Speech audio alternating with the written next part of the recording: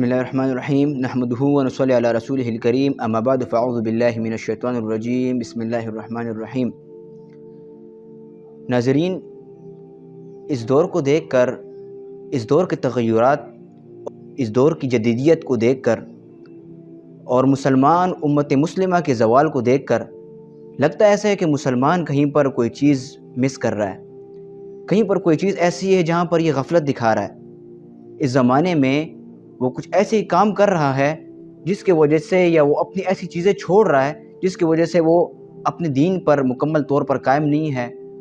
اس کے ساتھ ساتھ اس زمانے میں بھی وہ ترقی نہیں کر رہا، اور نہ آگے وہ ترقی کی کوئی سوچ بھی رہا ہے کہ آگے ترقی ہوگی بھی کہ نہیں ہوگی۔ اگر مسلمانوں کا گولڈن ایرا دیکھا جائے تو مسلمانوں نے اس میں اندر کافی ترقیاں کی تھی، اور وہ مسلمانوں کے پاس کس قسم کی، کس طرح ترقی کی تھی، اس کے لیے کیا کیا آلات استعمال کیے تھے، کیوں وہ ترقی کر رہے تھے، اس کا راز کیا تھا۔ اور یورپ میں ڈارک ایجز چل رہے تھے، یہاں پر گولڈن ایجز چل رہے تھے، مسئلہ کیا تھا۔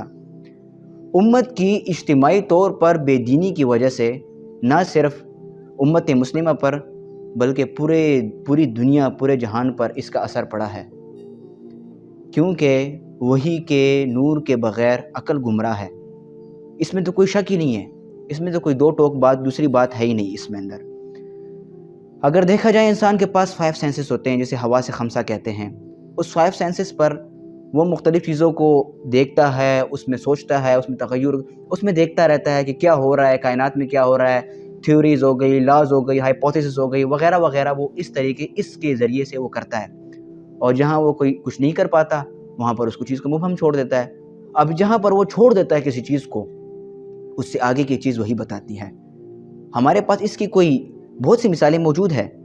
دیکھا جائے تو جو اینشنٹ فلسفی جو تھی، پرانی یونانی فلسفہ جسے کہتے ہیں، اس میں اندر مختلف قسم کے فلاسفرز گزرے ہیں، تھیلس، الیکسیمینڈر، انیکسیمینس، ہرکلیٹیوس، آخر میں آ کر پارمینائڈس اور پروٹاگورس پر آ کے یہ ایرا ختم ہو جاتا ہے۔ پروٹاگورس جب آ جاتے ہیں وہ اس ایرا کو ختم کر دیتے ہیں، جو ان کے سوالات کچھ ایسے ہوتے ہیں، یہ سقراط اور ارسطو والا دور ہے۔ اس کے بعد شروع ہوتا ہے ہمارے پاس ماڈرنزم، ماڈرن فلسفی جسے ہم کہہ سکتے ہیں، رینے ڈیکارٹ سے لے کے آئنسٹائن تک۔ یہ ہمارے پاس کون سا دور ہے؟ یہ ہمارے پاس ماڈرنزم والا دور ہے۔ اس میں اندر بہت سی تھیوریز آتی ہیں، بہت سے لاز آتے ہیں۔ اس کے بعد سوشیولوجی ہو گئی، آگسٹ کامٹ ہمارے پاس لے کر آتا ہے۔ اس کے بعد ایوولوشن تھیوری ہو گئی، ڈارون جو پیش کرتا ہے۔ ہوتے ہوتے ہوتے ہوتے ہم پوسٹ ماڈرنزم میں گھس جاتے ہیں۔ پوسٹ ماڈرنزم میں اندر ہمارے پاس پھر دیکھنے کو ملتا ہے کہ ہم اس میں اندر سیکولرزم کی بات کرتے ہیں، کمیونزم کی بات کرتے ہیں، کیپٹلزم کی بات کرتے ہیں، ہیومنزم کی بات کرتے ہیں۔ آزادی، ترقی اور مساوات پر آ کے ہمارا نعرہ رک جاتا ہے۔ اب دیکھا جائے تو نعرے تو وہ لگاتے ہیں آزادی، ترقی اور مساوات کا، ہم کہتے ہیں کہ وہ گمراہ لوگ ہیں، وہ اس طرح ہیں، اس طرح ہیں، مگر وہ کامیاب آج کل نظر آ رہے ہیں۔ وہ کیوں؟ کیونکہ انہوں نے دین کے، ہمارے دین کے، مذہب کے ایک ایک جزو نے سے اٹھائے ہوئے ہیں، آزادی، ترقی، مساوات، فریڈم آف سپیچ، اور اس کے علاوہ ایکویلٹی، سب چیزیں اٹھائی ہوئی ہیں۔ مگر اب دیکھا جائے کہ ان کے ہاں اس کی ڈیفینیشن کیا ہے، وہ اس وقت کس چیز سے تعبیر کرتے ہیں، ان کی تعبیرات کیا ہیں، اسلامی تعبیر میں اور ان کی تعبیر میں فرق کیا ہے، جہاں پر وہ اس چیز کے ذریعے ہمارے ساتھ مختلف قسم کے طریقے اپناتے ہیں، فرق کہاں پر ہے۔ اس کو دیکھنے کے لیے ہمیں ضرورت ہے کہ ہم اس دور کے لیے ہم سیرت کا مطالعہ کریں، کیونکہ رسول اللہ صلی اللہ علیہ وسلم کی زندگی ہمارے لیے ایک بہترین نمونہ ہے۔ مسلمانوں کے پاس 2 ماخذ ہے، ایک قرآن ہے اور ایک حدیث ہے۔ قرآن مفسر ہے، حدیث مفسر ہے، اس کی تشریح کرتی ہے حدیث، جس میں سیرت بھی آ جاتی ہے۔ سیرت اگر ہم دیکھیں گے رسول اللہ صلی اللہ علیہ وسلم کے سوانح حیات، یہ سب دیکھیں گے، ہمیں پتہ چل جائے گا واضح طور پر کہ کیا ہو رہا ہے۔ ابھی بات یہ ہے کہ پہلے ہمیں یہ سمجھنا ہے کہ سیرت ہے کیا چیز۔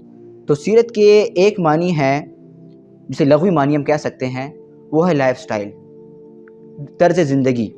اور اگر ہم اصطلاحی معنی ہم دیکھیں، اصطلاحی معنی اسے کیا ہے، تو رسول اللہ صلی اللہ علیہ وسلم کے غزوات، مختلف غزوات انہوں نے کس طرح کیے ہیں، وارز، بیٹلز، اس کے علاوہ کفار کے ساتھ ان کے معاہدات کیا تھے، جو اس ٹائم کے نان مسلم سے اس کے ساتھ ان کے معاہدات کیا تھے، کس طریقے سے وہ ان کے ساتھ ڈیلنگ کرتے تھے، کون سے ان کے امن کے معاہدے ہوتے تھے اور کون سے ان کے جنگ کے معاہدے ہوتے تھے، وعدہ خلافی کی صورت میں کیا کرتے تھے اور وعدہ خلافی نہ ہوتی تھی، عہد کا جب عہد ہوتا تھا